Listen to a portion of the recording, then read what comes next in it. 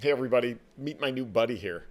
This is a phrenology model. It's from Fowler. I was up in northern Wisconsin yesterday.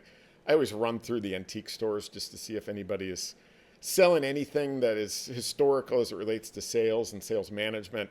I found this, and this is actually rare, although you can get small models of this on like Wayfair. This is an 18-inch model by Fowler of the human brain as it relates to phrenology. Now, I know I'm a nerd.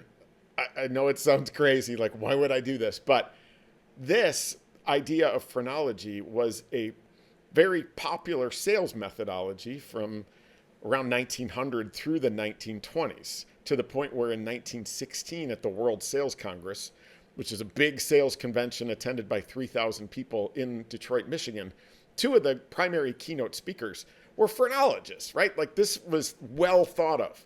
So what is phrenology?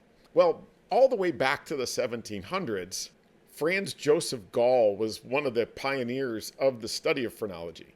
He believed that the human brain was not just one organ, it was made up of multiple smaller organs, and that each small organ represented some element of your personality. And as you developed that element of your personality, or you were strong in it or weak, so it either hypertrophied or atrophied, your skull would show it, because that part of the brain would either get bigger or it would get smaller. And if you could learn as a human being to recognize the skull shape of another human being, wouldn't that be really valuable in your attempts to try to persuade them, to build relationships with them, or from a sales perspective, become a really forward-thinking sales philosophy? Like I had talked about, it was so popular that Ford Motor Company's primary sales methodology in the 1920s was phrenology, that they had actually told all of their salespeople to position the automobile based on the size and shape of the individual's forehead. So, for example, as you go through this, so this thing goes around and has all of the different personalities that you could possibly have, and what part of their brain would represent that part of their personality.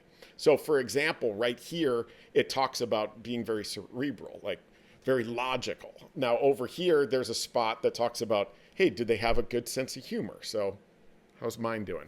Anyway, like all the way in back, there's parts like, being selfish. There's an element about having a love of children, having a love of animals. There's all kinds of stuff going all the way around this thing. But I had to have it. I just think it's a huge representation of some of the crazier type philosophies. But I guess the question to you is there some credence to this? Like, I think it's cuckoo, but I would love to hear your thoughts. Should we start thinking about phrenology as a sales methodology again? And is it worthwhile? So, what do you think? Thanks.